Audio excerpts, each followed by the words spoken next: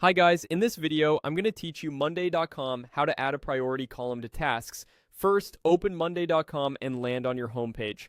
This is your starting dashboard where you can quickly jump into any workspace or board.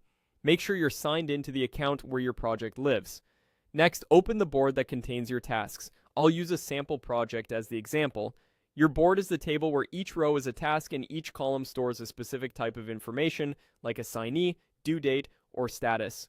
We're going to add one more data point, priority. On your board, look for the small plus icon that lets you add a new column. You'll typically find it to the right of your existing columns or near the column header above a cell. Click that plus sign to start adding a new field.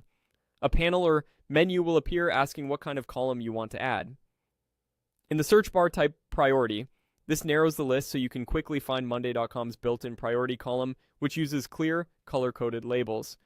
When you see priority, click it. Monday.com will add the priority column to your board instantly.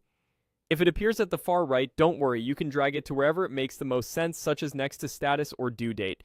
You can also rename the column if you prefer something like task priority for clarity. Now let's use it.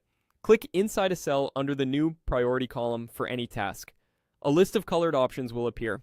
Click the highlighted option that best represents the urgency for that task, for example, low, medium, high, or urgent.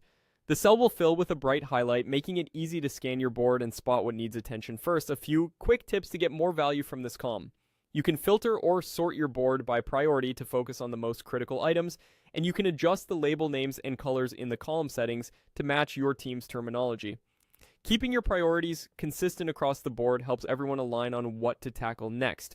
And that's it. You went to home, opened your project board, used the plus sign to add a column, searched for priority, selected the priority type, and clicked a highlighted label to set it per task.